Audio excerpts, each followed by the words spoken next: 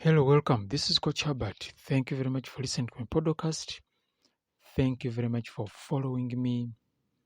Please click that button of follow, leave a comment, click that button of like, and then share this podcast so that even other people can also learn some of the things. In this podcast, I'm talking about how to build confidence in your son. How to build confidence in your son. Now, in his book, Wild at Heart, John Eldredge explains that deep down, every boy and man is asking himself the same question. And what is this question? The question is, do I have what it takes? I repeat, the question is, do I have what it takes? He went on to explain how a father is supposed to be the one to teach his son what he does. In fact, have what it takes to be a man. Eldredge says that when dads can't or won't answer this question, the question that we have mentioned above of do I have what it takes? Boys go looking in other, remember, often unhealthy places to get their question answered.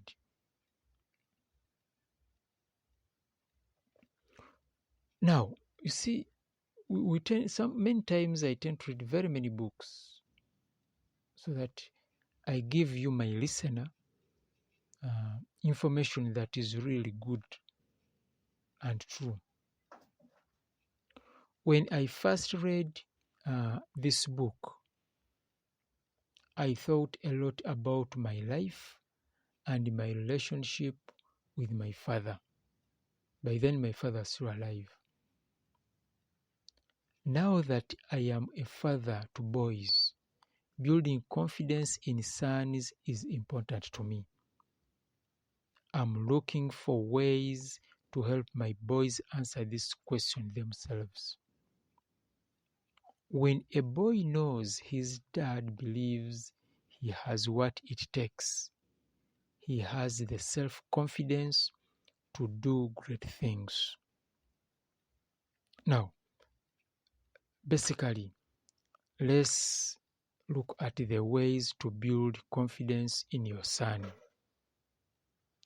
The first one is wrestle with him, because you want to build confidence in him. Wrestle with him. You know, wrestling, arm wrestling, for example. We can have arm wrestling. You can do that chiguo, that wrestling. Let me tell you this. Sons love to measure their strength against their dads.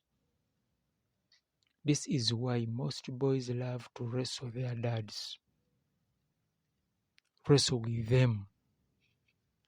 You can have a wrestling match in the living room, an arm wrestling match, or even a serious one, a chiguo in Uganda. In so doing, you'll teach your son he has what it takes by letting him try to take you down. Your son will never forget the day his strength matches up to yours. Very simple. Point number 2. Trust him with dangerous things. In the early years, dads work hard to keep their sons away from dangerous things. Those are the years when the child is still young. Things that are hot, sharp, or otherwise potentially harmful to them. As they grow up, a simple way to build confidence in your son is to trust him with some of these things. Let him use power tools under your supervision. Let him steer the boat. Let him ride that bicycle while you are just looking on. Show him how to build a fire, and then let him do it on his own. Your son will see your confidence in him as a clear sign that he has what it takes. Point number 3. Say yes more than you say no. Sons often want to build or try things out for themselves. Often, when a son explains his crazy plan, we want to protect him from disappointment by talking him out of it. However, leave your son know you believe he has what it takes by saying yes as often as you can. If his plan or risk works out, celebrate the success with him. If it doesn't, be with him to see what he has learned from the experience. He won't forget the trust you have in him and in his ideas. Point number 4. Be honest about your failures. Let me tell you this. Boys and men often see their failures as a sign that they don't have what it takes. See the moment that your son fails to make a team, flops a test, or gets his heart broken as an opportunity to build up his confidence by sharing about your own mistakes and failures. Share them. Speak to him. Tell him how you have also made mistakes and failed. Tell him about your small mistakes and your epic failures.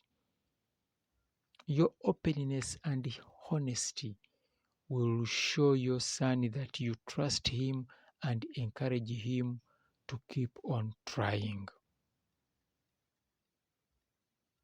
I guess we are moving on well. I'm Coach Herbert, and I enjoy empowering men.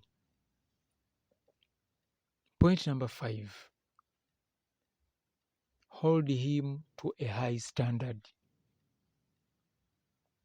People often excuse boys' bad behavior by shaking their heads and muttering, "Boys will be boys," as though it's in their nature to act badly. Let me tell you, make sure your son knows that this isn't the case, and you have high standard for their words, actions, and behaviors. Make the boundaries clear. Meanwhile, when you are making these boundaries clear, make them in love and hold them to these standards that you have set.